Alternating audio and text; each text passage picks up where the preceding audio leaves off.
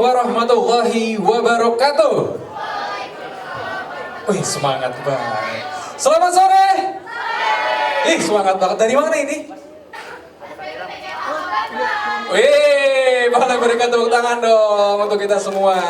Selamat sore dan selamat datang. Tentunya untuk hadirin yang telah hadir di dalam ruangan maupun yang sekarang ini sedang menyaksikan melalui live streaming di YouTube KLHK, tentunya di acara Talk Show Festival Live 2. Oke. Perkenalkan, saya Jody Hendrarto yang akan memandu jalannya diskusi pada siang hari ini, ya udah sore sih lebih tepatnya ya. Nanti kita akan membahas soal topik yang tentunya menarik, tapi saya akan menjelaskan terlebih dahulu mengenai talk show ini yang merupakan salah satu rangkaian dari keseluruhan Festival Light 2 atau Festival Lingkungan Iklim, Kehutanan dan Energi Baru Terbarukan. Di mana acara ini berlangsung dari tanggal 8 sampai tanggal 11 Agustus 2024 di Jakarta Convention Center. Dan acara ini merupakan wadah bertukar pikiran antara pemangku kebijakan dan stakeholders terkait yang tentunya mengenai isu lingkungan, kehutanan, dan energi baru terbarukan. Selama 1 jam ke depan, kita akan menyimak bersama diskusi seru dengan topik kolaborasi untuk bumi yang lebih baik, sinergi pemerintah, dunia usaha, dan masyarakat dalam mengelola sampah. Luar biasa. Tapi sebelum kita memulai diskusi pada sore hari ini, mari kita sama-sama mendengar sambutan dari Kepala Pusat Pengembangan Generasi Lingkungan Hidup dan Kehutanan BP2SDM Kementerian LHK, Ibu Insinyur Sinta Saptarina MSc. Waktu dan tempat dipersilahkan Ibu. Kita bertemu lagi Ibu Sinta, silahkan untuk memberikan sambutan Ibu.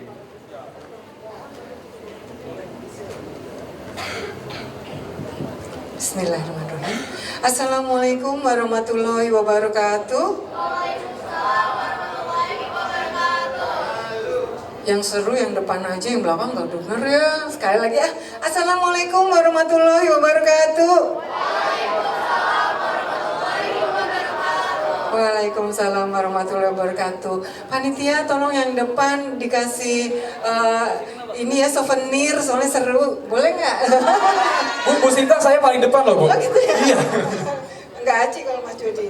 Baik, Bapak Ibu yang kami hormati, yang kami banggakan, Prof. Ananto Kusuma Seta, Ketua Komite Nasional Indonesia untuk UNESCO.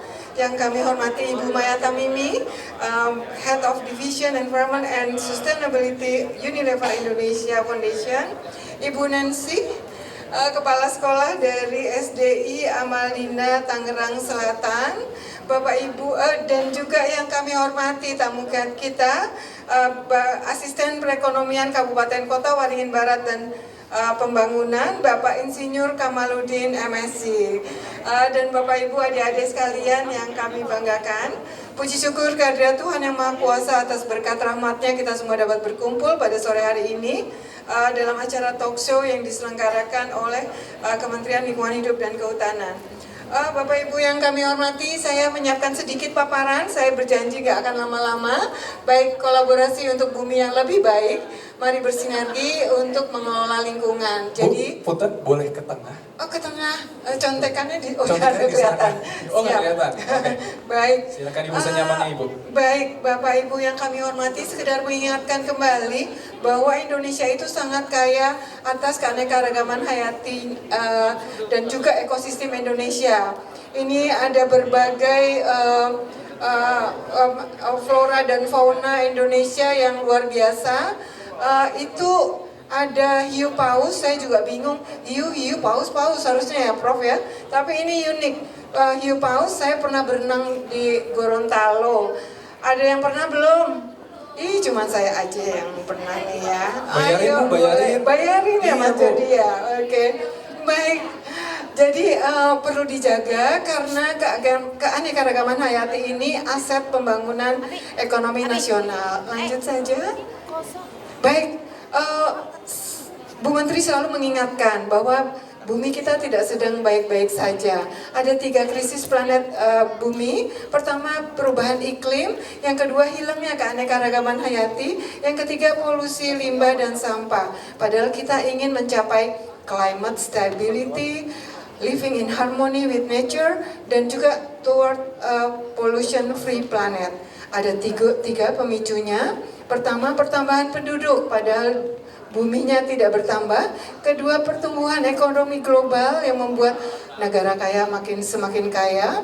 Yang ketiga, perubahan perilaku. Ini semua yang terkait dengan kita di sini, dan memang terbukti indeks perilaku peduli lingkungan Indonesia ini untuk pengelolaan sampah dan juga perilaku peduli lingkungan itu menurun. Dan bisa dilihat viral ya, kita sering melihat banyak orang yang harusnya berada dan punya etika membuang sampah begitu saja dari mobilnya dan sebagainya. Lanjut. Baik, Pak Presiden selalu mengingatkan ada 3 pokok penting dalam mencapai Indonesia Emas. Yang ketiga adalah sumber daya manusia yang unggul. Bukan hanya kuantitasnya saja, tapi juga kualitas secara fisik, skill, karakter, disiplin, dan juga penguasaan ilmu, pengetahuan, dan teknologi. Dan generasi muda menjadi angkatan produktif yang kalian akan menjadi pemegang keputusan, sehingga perlu pemuda-pemuda yang tangguh, berkarakter kreatif, dan siap membela lingkungan. Oleh sebab itu, kami di Kementerian Lingkungan Hidup menggalang pendidikan lingkungan hidup untuk meningkatkan pengetahuan, keterampilan, sikap kalian dari sisi individu, komunitas maupun organisasi. Salah satunya dengan program Sekolah Adiwiyata untuk di sekolah formal, dan juga banyak juga intervensi di non formal dengan bintek-bintek. Lanjut. Baik, nah ini dia Sekolah Adiwiyata. Nanti Ibu Nengsi akan menjelaskan lebih detail lagi bagaimana kerennya di SDI. Saya juga pengen ke sana loh Bu. Sidak boleh ya Bu ya? Baik, jadi tujuannya Sekolah Adiwiyata ada 2. Warga sekolahnya menerapkan perilaku ramah lingkungan. Yang kedua, meningkatkan kualitas lingkungan hidup sekolah, lingkungan hidup sekitarnya dan di daerah tersebut. Ada 6 aspek yang dilihat. Pertama, kebersihan. Sekolah Adiwiyata harus bersih dan sanitasinya harus bagus. Yang kedua, pengelolaan sampah. Yang ketiga, penghijauan, penanaman dan pemeliharaan tanaman. Keempat, konservasi air. Kelima, konservasi energi dan inovasi lainnya. Jadi Sekolah Adiwiyata ini penghargaannya diberikan oleh Presiden dan juga ke Bu Menteri. Lanjut. Baik, Bapak Ibu sekalian, ada berbagai manfaat Sekolah Adiwiyata. Dari data 551 sekolah yang mendapat predikat Adiwiyata Nasional dan Mandiri tahun lalu, bisa dilihat, ini Bu Maya pasti senang banget. Ada pengurangan sampah Bu, 66%, luar biasa sekali kan. Jadi ternyata sekolah bisa menjadi collecting point Bu. Kalau collecting pointnya naik, berarti recycle rate-nya bisa naik juga kan Bu ya. Itu yang perlu sekali Indonesia. Perlu sekali meningkatkan recycling rate-nya. Lalu juga ada penghematan listrik 19%, penghematan air sampai 70%, ada beratus-ratus ribu kader Adiwiyata. Dan dimulai tahun 2017 dengan 10 sekolah di Jawa, sekarang sudah ada 28.270 sekolah di seluruh Indonesia. Banyak sekali ya. Namun ternyata itu hanya 10% dari seluruh sekolah di seluruh Indonesia, jadi masih banyak PR kami. Lanjut, baik. Nah, kami berusaha go internasional. Saya juga minta bantuan Prof. Ananto gimana nih supaya UNESCO bisa membantu Sekolah Adiwiyata dengan lebih green lagi. Kita menjadi bisa lebih dikenal lagi di dunia internasional. Lalu contekannya hilang di situ. Baik, jadi kami mengajak sekolah-sekolah Adiwiyata juga ke forum-forum internasional. Tentunya kami pasti akan menyampaikan kepada Bapak Ibu sekalian yang sudah sampai predikat Adiwiyata Nasional atau Mandiri. Baik, sebetulnya ada juga di sini berbagai inisiatif dari lanjut. ada berbagai inisiatif dari pemerintah daerah, sehingga Ibu Menteri di dalam Peraturan Menteri LHK nomor 52 dan 53 2019 diperbarui oleh Permen LHK 23 tahun 2021 meminta kepada kami agar kepala daerah yang memiliki kepedulian besar terhadap gerakan PBHS ataupun sekolah adiwiyata ini diberi penghargaan, dan akan diberikan penghargaan nanti oleh Bu Menteri 13 kepala daerah yang sudah terbukti memiliki kepedulian yang tinggi. Salah satunya Pak Dr. Insinyur Kamarudin MSI, boleh berdiri ya Pak ya. Beliau asisten Bupati dari Perekonomian dan Pembangunan Kabupaten Kota Waringin Barat. Udah kabupaten kota lagi ya Pak ya. Baik, jadi kami senang sekali semakin banyak kepala daerah yang begitu peduli. Antara lain ini seperti di Bupati Rembang, ngasih hadiahnya nggak kira-kira nih 300 juta untuk sekolah adiwiyata nasional, luar biasa ya. Lalu kalau mendapat adiwiyata mandiri diberi 500 juta per sekolahnya. Dan kemarin Pak Jokowi, Bu Menteri juga menyampaikan bahwa ada dana BPDLH yang ditujukan ke sekolah-sekolah adiwiyata. Jadi Bapak Ibu sekalian, Bu Nancy nanti saya spill. Saya spill gimana bikin proposal untuk diajukan nanti mendapat dana dari BPDLH. Baik, seperti itu.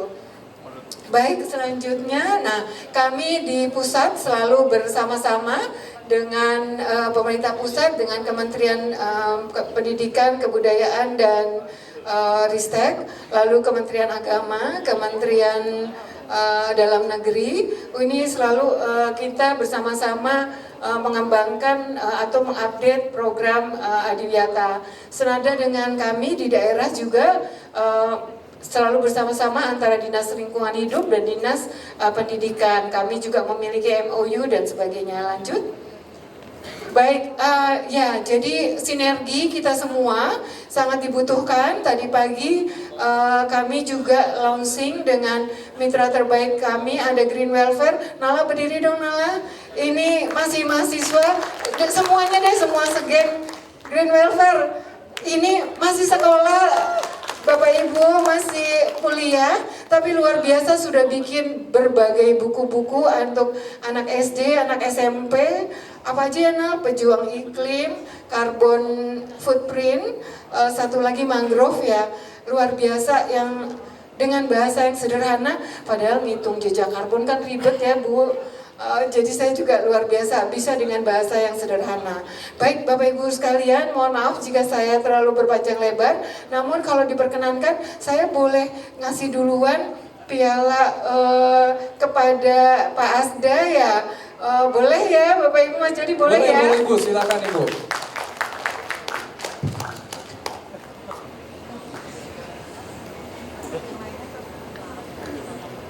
Boleh. Sekaligus tim dokumentasi untuk mengabadikan momen penyerahan piala dari Ibu Sinta. Mas kita di sini samping bisa.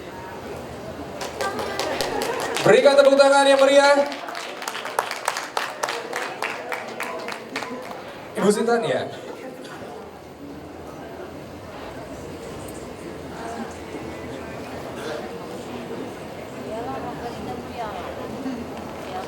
Oke, baik, terima kasih Bapak. Terima kasih Bu Sinta. Oke, luar biasa pemaparan yang sudah cukup menjelaskan, tapi nanti mungkin akan lebih dijelaskan oleh ketiga narasumber kita dalam diskusi kolaborasi untuk bumi yang lebih baik, sinergi pemerintah, dunia usaha, dan masyarakat dalam mengelola sampah. Oke, kalau begitu tanpa perlu berlama-lama lagi karena waktu kita juga semakin mepet, jadi saya langsung mau mengajak dengan hormat bisa langsung naik ke atas panggung bersama saya. Ada Bapak Ananto Kusuma Seta, Ketua Komite Nasional Indonesia untuk UNESCO. Lalu ada Ibu Nancy Kusliawati, Kepala SDI Amalina Tangerang Selatan. Selanjutnya ada Ibu Maya Tamimi, Head of Division Environment and Sustainability Unilever Indonesia Foundation. Dan inilah ketiga narasumber kita, ya. Oke. Oh, sudah ada semua ya? Bapak sudah ada? Oh, sudah ada. Kelebihan, Bang? Iya. Iya. Kok saya jadi kelepasan nih ngomongnya. Maaf ya, Bu ya. Oke, gimana kabarnya Ibu-ibu dan Bapak? Baik, alhamdulillah. Mungkin nanti untuk mengawali sesi diskusi kali ini, nanti juga mungkin kalau seandainya durasinya masih ada juga boleh teman-teman menyiapkan pertanyaan ya kalau durasinya masih ada. Tapi kalau tidak ada terpaksa sesi Q&A akan ditiadakan. Oke, jadi untuk mengawali diskusi mungkin ada pemaparan dari ketiga narasumber terlebih dahulu yang akan didahului oleh Ibu Nancy ya. Oke, silakan Ibu. Ya, terima kasih Pak Jody. Sama-sama Izin, Ibu. Bapak. Ya, Assalamualaikum warahmatullahi wabarakatuh. Waalaikumsalam warahmatullahi wabarakatuh. Iya, yang semangat depan doang ya Bu. Dia mengincar hadiah kayaknya Bu. Ada kan ya hadiahnya? Oke, baik, terima kasih. Selamat sore untuk semuanya. Pertama-tama saya ucapkan terima kasih kepada KLHK telah memberi kesempatan pada saya untuk berbagi pengalaman terkait dengan sekolah Adiwiyata. Izin memaparkan SD Islam Amalina berada di ini sekolah kami, Sekolah Islam Amalina terdiri dari 3 unit, ada TK, SD, dan SMP, dan kesemuanya berwawasan lingkungan. TK juga sudah dimulai karena sesuai dengan perwal dari kota kami, Kota Tangerang Selatan, yang mewajibkan dari TK, jadi TK-nya ikut juga nih Mas Jody, Adiwiyata, kemudian SD-nya dan juga SMP Islam Amalina, Jalan Raya Pondok Aren nomor 8 Tangerang Selatan. Tinggal di mana? Saya di Jakarta, Bu. Ini visi kami, yaitu terwujudnya generasi unggul dalam kemampuan IQ, EQ, SQ, dan berbudaya lingkungan. Jadi sudah jelas visi dari sekolah kami, yaitu menuju sekolah yang berbudaya lingkungan. Dan ini kami awali mulai tahun 2013 ketika kami mengenal program Adiwiyata. Alhamdulillah sekolah kami bisa melaksanakan program Adiwiyata karena pada tahun itu namanya program Adiwiyata, dan pemberiannya pun penghargaannya Adiwiyata, dimulai dari Adiwiyata Kota, kemudian melanjutkan ke provinsi, nasional, dan juga mandiri. Bapak dan Ibu, tentunya karakter peserta didik SD berbeda dengan SMP dan juga SMA. Kalau di SD kami mungkin masih mudah untuk mengajak anak-anak melalui kegiatan-kegiatan yang dilakukan sekolah gitu ya. Jadi untuk membentuk karakter peserta didik peduli dan berbudaya lingkungan, biasanya kami mengadakan kegiatan-kegiatan atau upaya-upaya PRLH terkait dengan pembiasaan-pembiasaan yang sederhana. Dimulai dari hal kecil. Kami mulai dari kegiatan rutin kami yang selama ini kami lakukan, yaitu ada Simutapos. Ini Simutapos adalah kepanjangan dari operasi semut, menyiram tanaman, dan juga membuat kompos. Ini setiap hari dilakukan ketika anak-anak selesai istirahat jam pertama, kurang lebih 5-10 menit, mereka melakukan kegiatan Simutapos. Kemudian bercocok tanam yang memang biasa kami lakukan di sekolah, dan ini bercocok tanam bukan hanya sekedar cocok tanam, tetapi juga hasil dari panennya ini nantinya akan dibuat makanan seperti itu. Jadi terintegrasi dalam program pembelajaran juga seperti itu, Prof. Kemudian kami juga melakukan jumsi sama seperti sekolah lainnya, biasanya ada kegiatan-kegiatan Jumat bersih atau Selasa bersih atau Rasi, Rabu bersih. Ya, jadi banyak namanya biasanya di sekolah berbeda-beda. Nah, ini kami juga melakukan kerja bakti. Kegiatan kerja bakti ini adalah kegiatan kerja bakti massal. Masih teringat pada saya ketika kami memulai kerja bakti massal, Masya Allah, orang tua itu kalau bisa dibilang karena kebetulan sekolah kami anak-anaknya ya Pak, orang tuanya mapan gitu ya Bu. Jadi ketika ada kerja bakti, apalagi membersihkan toilet, sempat yang terjadi pro dan kontra. Artinya keterlibatan orang tua, wow, untuk melakukan kerja bakti itu, kok anak saya disuruh kerja bakti seperti itu. Tapi kami tetap melakukannya dengan harapan bahwa anak-anak mendapatkan nilai-nilai, yaitu nilai disiplin, mandiri gitu ya, gotong royong. Itu harapan kami. Karena penting untuk kehidupan yang di masa yang akan datang, mereka memiliki nilai-nilai kebaikan. Kemudian ada GPS. Nah, GPS ini Bapak dan Ibu adalah gerakan pungut sampah yang kami lakukan 1 bulan sekali di lingkungan masyarakat. Jadi bukan di sekolah saja, tapi kami juga kontribusi ke masyarakat sehingga kami bisa mengedukasi masyarakat lebih baik lagi. Itu yang kami harapkan tentunya. Kemudian PHBL adalah peringatan Hari Besar Lingkungan. Jadi setiap Hari Besar Lingkungan kami melakukan kegiatan-kegiatan terkait dengan lingkungan. Kecil tapi dampaknya luar biasa. Kemudian ada Ngopi Talas. Ngopi Talas ini ngobrol pintar tentang alam sekitar. Biasanya kami lakukan 1 bulan sekali. Ini dilakukan oleh kami, guru-guru dan juga anak-anak. Kemudian kenapa ada buku harian? Kami melakukan untuk pembentukan karakter tentunya perlu keterlibatan orang tua, apalagi anak-anak SD. Jadi kami butuh keterlibatan orang tua dalam pelaksanaan program kami. Buku harian yang ada di dalam buku harian salah satunya adalah kegiatan-kegiatan pekerjaan rumah sederhana. Jadi mereka checklist apa yang mereka lakukan. Ada di dalam buku kegiatan tersebut adalah menyiram tanaman, kemudian ada juga memilah sampah. Jadi kalau mereka melakukan itu, maka mereka harus checklist seperti itu. Sehingga orang tua juga tahu apa yang dilakukan oleh putra-putrinya. Next. Boleh lihat dicontekan dulu mungkin, Bu. Iya. Contekan. Oh ya, ini networking kami tentunya, kerjasama kami. Wah, lihat sini dulu ya. Belum hadir di sini. Oh, sudah. Oke, ya tentunya kami berkolaborasi dengan Dinas Pendidikan dan Kebudayaan, kemudian juga Dinas Lingkungan Hidup yang selama ini telah memberikan support yang luar biasa kepada sekolah kami terkait dengan program Adiwiyata, kemudian juga dengan Pak Ananto. Dengan UNESCO, alhamdulillah kami adalah bagian dari ASP.NET.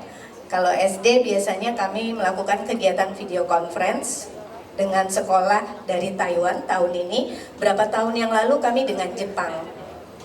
Kemudian ada Nyalanesia, ini adalah program literasi kami.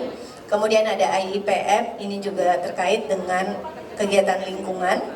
Kemudian ada 165, lebih kepada karakternya. Klinik Sehat, ini kesehatannya, dan juga One Day to Write, ini buku. Biasanya kami membuat buku. Lanjut. Ya, ini kolaborasi kami. Di sini gambarnya adalah anak-anak. Baru tahun kemarin kami melakukan program iEarn, ASP.NET. Alhamdulillah kami dengan sekolah Swansea Elementary School di Taiwan. Temanya adalah SDG 11, Sustainable Development Goals nomor 11, yaitu tentang sustainability cities. Ya, jadi anak-anak akan belajar satu dengan yang lainnya, memahami apa masalah-masalah yang ada di kotanya. Kemudian apa saja pekerjaan-pekerjaan yang ada di kotanya. Lalu mereka akan menuangkan ke dalam gambar. Jadi masing-masing dari Taiwan menggambar setengah 50%, dan Indonesia 50%. Dan hasilnya ini akan diberikan, sudah kembali ke Taiwan lagi. Mudah-mudahan kami bisa dapat apanya Pak? ininya ya, kopinya ya. Mudah-mudahan kami bisa dapat kopinya gitu. Ya, ini salah satu program kami SDGs. Kemudian kami punya Kemah Hijau. Kemah Hijau ini adalah program kolaborasi kami dengan DLH, Dinas Pendidikan, IIPF, Laskar Lingkungan Muda. Nah, ini ada Laskar Lingkungan Muda dari Tangerang Selatan. Tepuk tangan dong. Nah, jadi mereka biasanya menjadi panitia dalam Kemah Hijau di SD Islam Amalina. Dan kami mengundang juga bukan hanya anak kami, tapi juga dari sekolah lainnya yang ada di Kota Tangerang Selatan. Jadi kolaborasinya jadi lebih luas lagi. Kemudian ada kelas inspirasi. Kelas inspirasi ini biasanya kami mengundang narasumber terkait dengan lingkungan untuk kelas-kelas. Itu tergantung juga dari temanya. atau pembelajarannya kami sesuaikan. Kadang orang tua menjadi narasumbernya seperti itu. Kemudian tentang kesehatan tentunya juga ini butuh juga, tadi kami kerjasama dengan klinik sehat, dengan puskesmas seperti itu ya, untuk terutama bukan hanya masalah kesehatan fisik juga, tapi masalah kesehatan lingkungan. Jadi tentunya perlu adanya check and recheck mengenai kebersihan di sekolah kami, kesehatan di sekolah kami. Kemudian kerjasama tentunya dengan bank sampah terkait dengan pengelolaan sampah. Alhamdulillah bank sampahnya orang tua murid Ibu. Ya, kemudian tadi SDGs, kami juga melakukan kolaborasi untuk pembuatan buku tadi dengan One Day to Write dan juga Nyalanesia biasanya. Kemudian ada seminar atau workshop yang memang kami biasa lakukan kerjasama dengan instansi lainnya. Biasanya untuk orang tua, seminar atau workshop terkait lingkungan di hari HPSN itu biasanya kami lakukan. Mudah-mudahan Unilever bisa ya Bu. Nah, ini salah satu gambar-gambar anak-anak melakukan kegiatan kerja bakti di toilet. Oke, lanjut. Nah, ini IG kami ya, kegiatan PHBL. Ya, tinggal foto-foto saja. Ya. Lanjut, mudah-mudahan bisa menginspirasi Bapak dan Ibu gitu ya, karena memang menjadi sekolah Adiwiyata adalah sekolah yang luar biasa, membentuk karakter peduli dan berbudaya lingkungan kepada anak-anak. Mudah-mudahan, nah ini kemah hijau, lanjut. Ya, ini anak-anak kampanye di lingkungan sekitar gitu, jadi mereka melakukan kampanye ini kemarin. Lanjut, ya. Ini dari Alhamdulillah kemarin SMP Islam Amalina, saya bawa SMP juga gitu ya, sedikit cerita. Alhamdulillah mendapatkan 3 medali dalam, lanjut. Saya lupa ini, Seameo Young Scientist. Jadi Alhamdulillah Indonesia mendapatkan melalui SMP Islam Amalina 3 medali.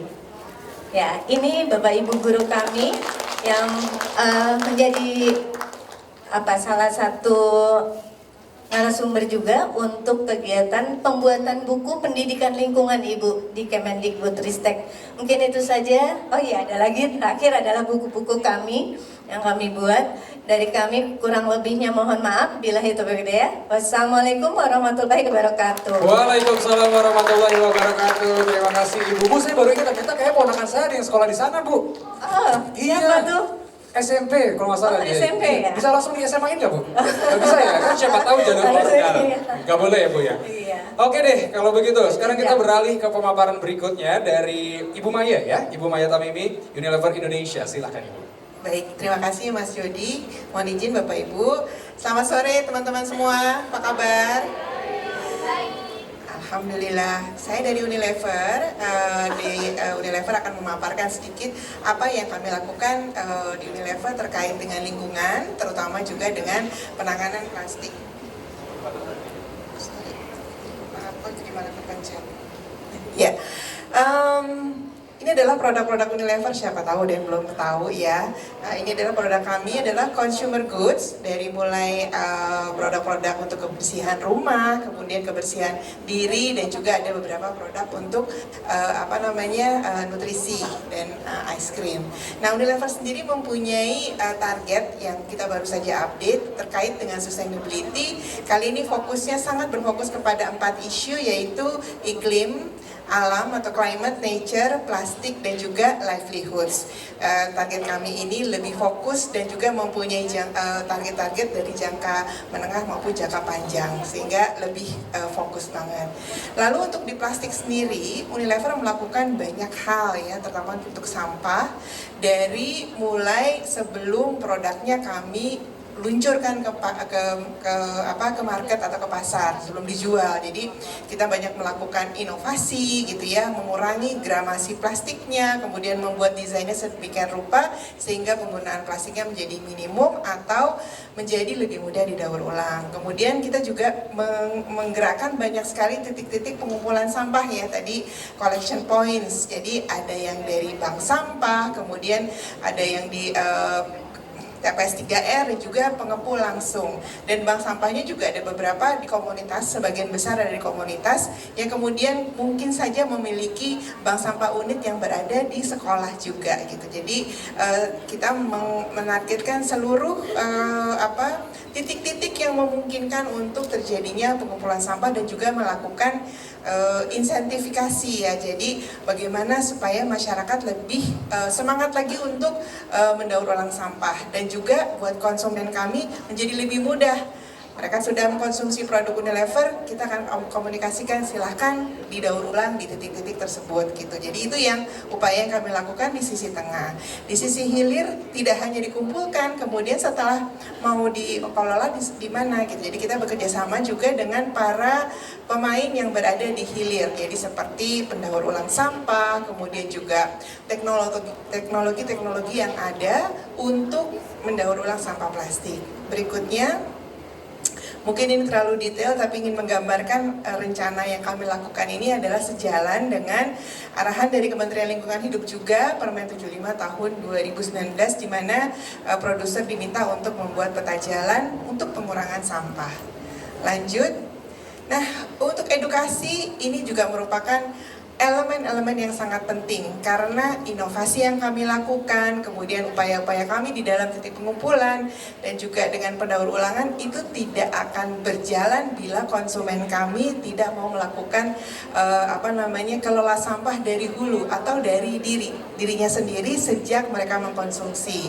Sehingga edukasi kami lakukan ke semuanya, ke semua target konsumen yang ada atau ke masyarakat yang ada. Dan dalam hal ini kita di tahun 2023 ini tahun lalu ya kita launching namanya, kayaknya launchingnya sebelumnya ya Mbak Tia ya, generasi pilah plastik. Jadi nggak peduli dia Gen X, Gen M, milenial atau apapun, atau Gen Y, asalkan dia pilah plastik maka dia jadi generasi yang keren atau generasi pilah plastik. Tahun lalu kita melakukannya acaranya di Sarinah ya. Di situ kita sangat melibatkan masyarakat. Nggak susah loh untuk berpartisipasi gitu. Karena kalau dilihat-lihat mungkin orang yang aware banyak ya Bu, tapi yang melakukan itu mungkin nggak sebanyak itu juga. Jadi sehingga bagaimana kita terus mendorong agar lebih banyak lagi masyarakat yang terlibat dalam pengelolaan sampah. Lanjut.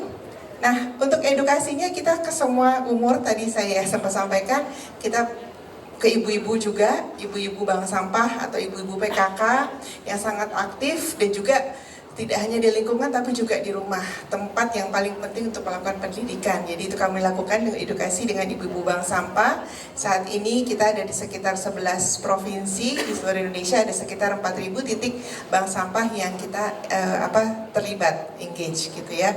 Kemudian yang berikutnya adalah juga kita masuk ke sekolah-sekolah dan termasuk juga pesantren. Jadi kita masuk ke, ada edukasi untuk para santri di pesantren mengenai isu-isu lingkungan, plastik dan juga water ya, keberadaan air itu penting, bagaimana kita mengkonservasi air. Jadi ada beberapa instalasi penangkap air hujan yang kami taruh di beberapa pesantren di Jawa Barat. Kemudian yang berikutnya adalah kita juga membuat modul pengelolaan sampah yang simple, yang mungkin juga bisa dilakukan oleh siapapun bagi yang baru mau belajar. Kalau sudah ingin lebih advance mungkin bisa ke Amalina ya, sekolahnya Ibu Nengsi. Tapi kalau memang masih awal banget bisa di situ. Dan kami juga mempunyai tim pendamping yang apabila akan dilakukan ingin lebih dalam lagi, kita siap mendampingi. Jadi kami juga, jadi tadi saya bilang semuanya harus dilibatkan. Jangan hanya ibu-ibunya saja yang peduli, anak-anaknya cuek. Atau jangan hanya anak-anaknya cuek. Jadi misalkan di sekolah buang sampahnya bener nih, sampah organik, non-organik, sampah kertas dan sebagainya. Sampai di rumah ibunya bilang, ribet banget, udah kumpulin aja taruh di situ, nanti ibu yang buang gitu. Dan ini banyak terjadi di mana-mana, sehingga yang edukasi itu memang harus menyeluruh dari ibunya, kakaknya, anaknya, semuanya, sehingga semuanya bisa berpartisipasi dan punya tujuan yang sama untuk mengelola sampah dari rumah tangga. Lanjut. Ini kembali lagi inovasi yang kami lakukan, sedikit highlight aja. Jadi kalau bisa dilihat berbagai produk kami itu sangat efisien penggunaan plastiknya. Dan ada beberapa yang kelihatannya kok jadi lebih kecil ya, produknya sama merek kami dan merek yang lain. Kenapa kok kita lebih kecil, gramasinya sama. Jadi harus bijak ya Bapak Ibu sebagai konsumen untuk melihat isinya berapa sih gitu ya, sehingga jangan dilihat kalau beli itu yang kemasannya gede-gede aja, jangan. Jadi harus dilihat yang isinya tuh benar-benar bermanfaat, karena semakin besar berarti plastiknya juga semakin banyak. Kemudian yang saya juga akan lihat lagi ke yang no plastik, mungkin lanjut. Ini tadi sekitar kegiatan kami. Jadi kami juga mendorong pengumpulan, ada sekitar 56.000 ton yang sudah terkumpulkan di tahun 2023, targetnya tahun ini 75.000 ton. Lanjut, ini apa yang terjadi di hilir setelah dikumpulkan kemana sih? Idealnya dia menjadi kemasan lagi, tapi kalau memang tidak bisa, dia menjadi sesuatu yang lain seperti downcycling, atau dia bisa juga menjadi energi. Itu yang terjadi di lapangan. Nextnya. Nah ini adalah, mungkin ada yang pernah baca refill gitu ya, kenapa kok jualannya harus pakai kemasan plastik sih, kenapa nggak pakai kemasan aja gitu. Nah itu juga supaya sudah merupakan upaya yang kami lakukan sejak beberapa tahun terakhir, dan ada yang jalan, ada yang nggak jalan, karena konsumen kita ini masih banyak yang semangat, tetapi ketika tokonya buka, nih ada nih yang refill, yang datang nggak ada gitu Bapak Ibu, sehingga banyak yang sudah tutup nih. Tetapi tahun lalu kami punya inisiatif yang terus bergulir sampai saat ini, yaitu ketika kita melakukan program refillnya di bank sampah atau di komunitas-komunitas. Jadi kami sekarang ada sekitar, nextnya Mas, kita punya 120 titik di Surabaya saja. Ini tahun 2023 ya, tahun sekarang udah lebih banyak lagi, 100 di Jakarta. Kemudian kita juga kerjasama sama Aler, ada sekitar 600-an, udah nambah lagi outletnya. Jadi sampai saat ini, sampai titik hari ini, sudah lebih dari 900 titik refill station yang menjual produknya Unilever secara tanpa kemasan. Jadi kalau ingin tahu nanti bisa visit ke website kami. Jadi itulah yang upaya-upaya yang kami lakukan dari Unilever. Harapannya kita memang kalau untuk ini harus bersama-sama. Jadi untuk bisa membuat bumi lebih baik di sekolah, kemudian juga ibu-ibu PKK dan semuanya, sehingga bumi yang benar-benar hijau dan bagus buat bisa sustain itu terus-terusan ada. Mungkin itu Mas Yodi, terima kasih. Terima kasih Ibu Maya, berikan tepuk tangan. Saya juga pernah loh Bu main-main ke kantor Unilever. Enak banget, kantornya benar-benar nyaman ya. Dapat es krim gratis lagi. Iya, main lagi yuk. Saya kesana Bu ya ngambil es krim. Boleh, kapan aja. Jauh-jauh kesana ngambil es krim doang. Oke, Ibu Maya terima kasih. Selanjutnya kita akan mendengarkan bersama-sama pemaparan dari Pak Ananto Kusumaseta dari KNIU atau Komisi Nasional Indonesia untuk UNESCO. Silakan Bapak. Baik, Assalamualaikum warahmatullahi wabarakatuh. Selamat sore, salam sejahtera bagi kita semuanya yang sama-sama kita hormati. Bu Sinta, ini saya mengucapkan terima kasih atas kesempatan yang diberikan untuk bisa berbagi kepada teman-teman yang ada di ruangan ini. Pak Kamal, selamat, Kota Waringin Barat. Juga teman-teman dari pemaparan yang tadi luar biasa, Malina, kemudian Unilever, yang keren betul gitu, dan juga moderator. Saya hanya wrap up ya, karena pandangannya agak sedikit dari luar. Karena KNIU itu tidak melaksanakan, tetapi lebih banyak pada mengorganisasikan, memberikan advokasi, memberikan semangat dan sebagainya. Pertama kali mungkin sebagian tidak tahu apa itu KNIU, Komisi Nasional Indonesia untuk UNESCO. Ada UNESCO di situ. Jadi ceritanya, karena ada UNESCO. UNESCO itu badan di bawah PBB yang berdiri bulan November tahun 45. Tapi yang menarik, UNESCO itu lahir duluan dari PBB. Padahal anaknya PBB. Tapi lahir duluan dari PBB-nya. Kenapa terjadi itu? Pada saat Perang Dunia Pertama, kedua selesai, orang berpikir satu-satunya jalan bagi umat manusia untuk membangun perdamaian cuma satu jalan, yakni jalan pendidikan. Karena itulah langsung dibentuk UNESCO. 2 bulan kemudian baru PBB lahir. Tetapi nggak apa-apa, anaknya lahir duluan. Nah, Indonesia menjadi anggota UNESCO itu 5 tahun kemudian, tahun 50. Nah, salah satu amanah UNESCO, satu-satunya lembaga di bawah PBB yang memberikan tugas setiap negara yang menjadi anggota UNESCO harus punya komisi. Ada lembaga di nasional yang tugasnya mengoordinasikan, menjadi jembatan antara UNESCO dengan negara itu.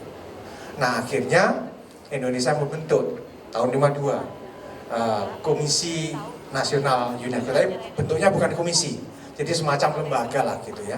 Kemudian akhirnya evolusi, baru pada saat bulan Mei tahun 77 kita punya Komisi Nasional Indonesia untuk UNESCO. Jadi fungsinya untuk menghubungkan antara Paris dengan Indonesia, 2 memberikan penguatan kepada semua pemangku kepentingan, mengkoordinasikan termasuk ya lembaga, sekolah, sektor swasta, siapa yang mau program-programnya recognize oleh UNESCO dan sebagainya, termasuk penghargaan tingkat dunia gitu ya. Nah, Komisi Nasional Indonesia itu ceritanya. Jadi sebagai bagian dari UNESCO yang ada di Indonesia. Nah, berikut slide. Nah, apa hubungannya KNIU dengan lingkungan? Jadi rasanya teman-teman tahu bahwa semua negara sekarang ini sedang berupaya luar biasa untuk menggolkan 17 goal di dalam Sustainable Development yang akan berakhir tahun 2030 dan konon tidak akan tercapai karena situasi yang luar biasa, kena COVID, perang dan sebagainya. Nggak apa-apa, tapi intinya bahwa semua goal di dalam SDGs itu hanya bisa tercapai cuma satu syaratnya, lewat dunia pendidikan. Mau mengatasi masalah kemiskinan mesti lewat pendidikan, mengatasi masalah pangan lewat pendidikan, mengatasi masalah perusakan lingkungan, climate change harus melalui dunia pendidikan. Karena itu di dalam kartun ini menarik. Jadi education itu adalah driver dari base yang namanya sustainable development. Jadi semacam memberikan bensin yang bis itu tidak akan jalan kalau tidak ada bensinnya. Kuncinya pendidikan. Dan karena itu secara eksplisit di dalam goal nomor 4 pendidikan itu diamanahkan bahwa education for sustainable development, pendidikan untuk pembangunan yang berkelanjutan itu mesti harus menjadi penghela, driver dan enabler terhadap 17 SDGs yang ini. Disitulah letak kenapa KNIU itu punya konteks terhadap lingkungan itu. Karena ada amanah UNESCO di mana KNIU menjadi bagian dari UNESCO yang mengkoordinasikan di seluruh Indonesia itu, semua pemangku. Jadi ini ceritanya tentang bagaimana KNIU kok ngurusi lingkungan itu apa sih ceritanya gitu. Nah, justru intinya di sini. Nah, slide berikutnya, lalu apakah upaya pengelolaan lingkungan di Indonesia, Adiwiyata, program-program yang lain itu menurut pandangan UNESCO kayak apa sih di Indonesia dibanding dengan negara lain? Bulan lalu saya baru pulang paparan di Kuala Lumpur, di Sunway University, pertemuan Asia Pasifik. 2 tahun yang lalu saya diundang di Kongres Dunia ESD di Berlin. Saya ceritakan bahwa apa yang dilakukan Indonesia terhadap pengelolaan lingkungan, termasuk bintangnya Adiwiyata, telah menjadi inspirasi bagi dunia. Inspirasi itu, ini saya contohkan 4 saja. Pertama, tadi Bu Sinta menyampaikan bahwa kita itu sudah punya 32.800 sekolah Adiwiyata. yang itu 10% dari jumlah siswa, dari jumlah sekolah di Indonesia. Ya kalau di Indonesia 10% Bu, tapi kalau Singapura 2 kali 3 kali Singapura udah habis tuh dengan ini. 5.600 di sekolah adiwiyata tingkat nasional dan 28.200 di tingkat provinsi dan kabupaten. Yang menarik, tadi sampaikan Bu Sinta, ini yang tadi kemarin tuh orang terheran. Walaupun hanya 551 sampelnya, tapi menarik. Bagaimana sekolah-sekolah adiwiyata itu tidak berorientasi output, sudah dapat sertifikat selesai, dah. No, tetapi orientasinya outcome. Lihat, 66% limbah itu berkurang, 70% air dihemat, 19% listrik dihemat. Nah, kalah penting ya yang kemarin menarik betul, hampir 1 juta pohon telah ditanam. Dan ini yang menarik juga, hampir 100.000 laskar adiwiyata telah dicipta, termasuk yang ada di depan. Negara lain bingung, ya apa Indonesia ini? Bagaimana caranya nyaingi Indonesia? Itu yang pertama. Yang kedua, ini yang menarik lagi, ini baru Bu, tentang sekolah-sekolah di Wakatobi. Siapa yang suka nyelam seperti Bu Sinta di Wakatobi? Wakatobi itu adalah biospherism. Biosphere itu cagar biosfer dunia yang diakui oleh dunia. Yang menarik di Wakatobi itu, sekolah-sekolah itu punya modul yang disebut dengan one species, one modul. Jadi modul lingkungannya itu berbasis spesies. Jadi ada modul tentang turtle, ada modul tentang mangrove, dan itu diajarkan di anak-anak di sekolah itu. Ini luar biasa. Sekarang sudah ada 8 modul. Dan ini akan semua cagar biosfer Indonesia akan meniru, dan dengan demikian akan sebuah gerakan massal. Kita punya 20 cagar biosfer dunia yang ada di Indonesia, dan semua akan mengadopsi. Yang ketiga, ini menarik, baru saja bulan lalu anak-anak muda di Kebumen itu punya sekolah yang disebut dengan sekolah bumi, School Earth. Ini keren betul. Ini adalah geopark, taman bumi. Indonesia punya 10 geopark dunia gitu. Dan semuanya akan mengadopsi. Bayangkan anak sekolah, pemuda desa, remaja bersatu padu dalam sekolah bumi ini ingin melahirkan seperti ini. Laskar-laskar yang akan menjadi penjaga dari bumi yang hanya satu itu. Ya, ini. Yang keempat ini yang menarik. Karena Indonesia selalu bicara tentang adiwiyata dan dipamerkan dan mendapatkan inspirasi, maka pada saat kongres di Berlin, biasanya Kementerian Pendidikan negara dunia itu bicara tentang ya dirinya sendiri. Tetapi kami mengusulkan tidak bisa.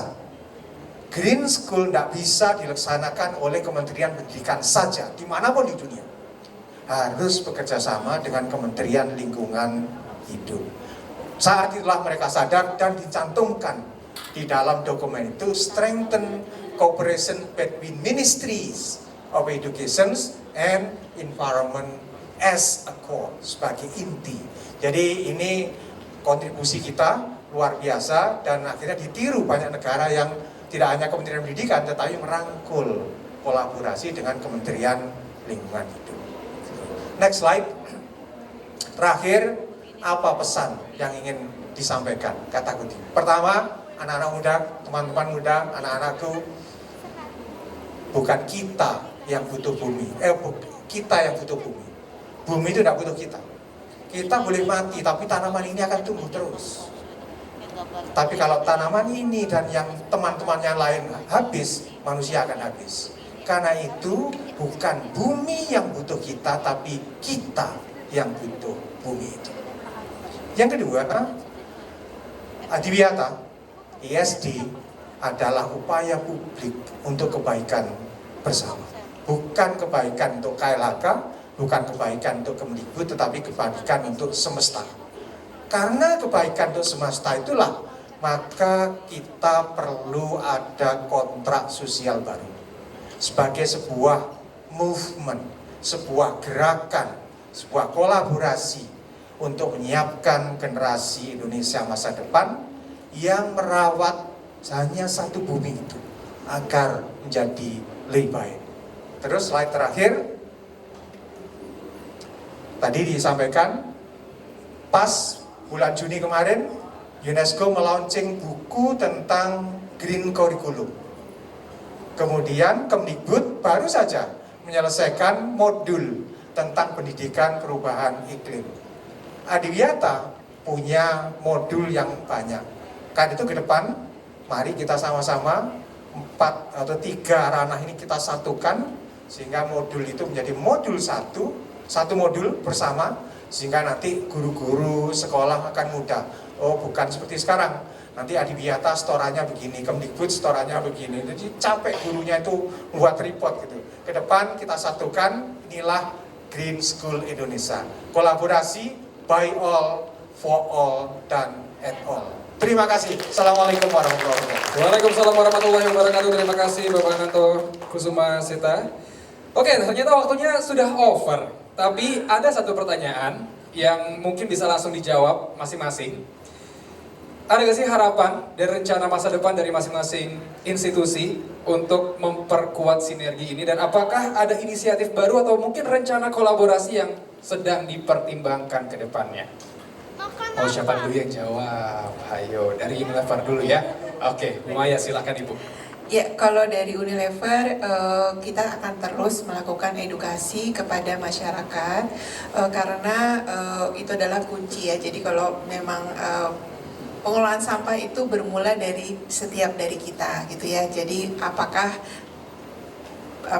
sisa konsumsi yang ada di kita itu menjadi sampah atau tidak menjadi sampah, atau sampahnya akan dibuang sembarangan atau akan didaur ulang, itu kita sendiri yang punya kuncinya. Jadi sehingga kami percaya bahwa edukasi itu menjadi sangat penting, mengkampanyekan pentingnya pengelolaan sampah di seluruh jenjang umur dan terutama juga untuk anak-anak, itu menjadi sangat penting yang menjadi fokus kami, sehingga kampanye mengenai pentingnya pengelolaan sampah dari sumber akan terus kami lakukan dari Unilever.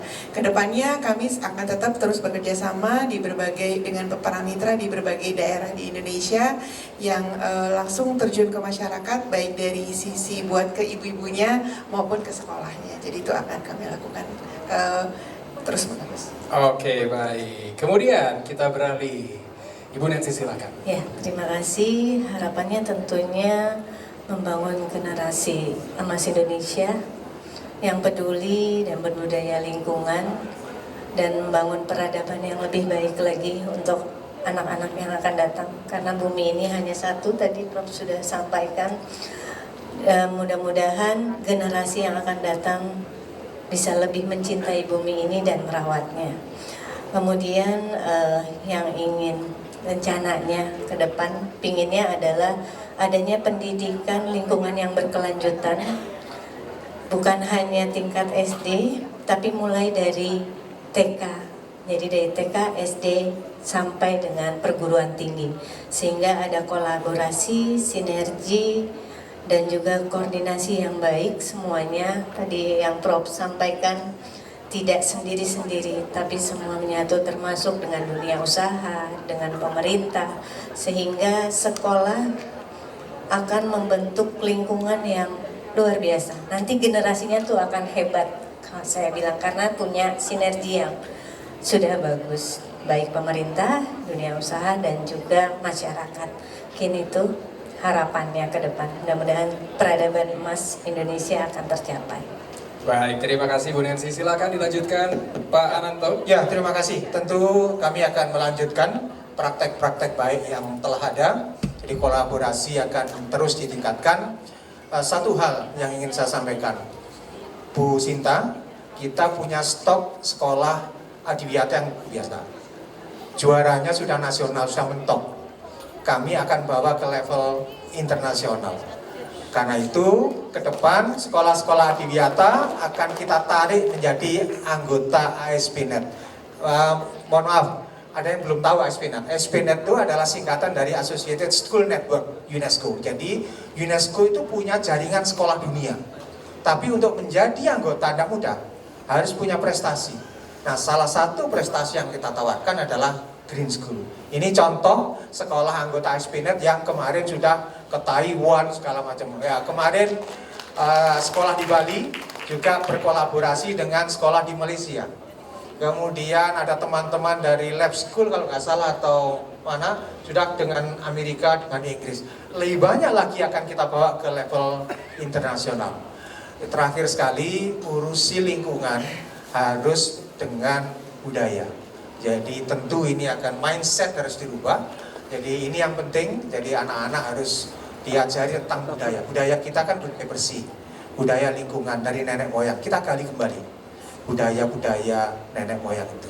Lingkungan, pendidikan bukan sprint tapi maraton. Tidak pernah akan selesai.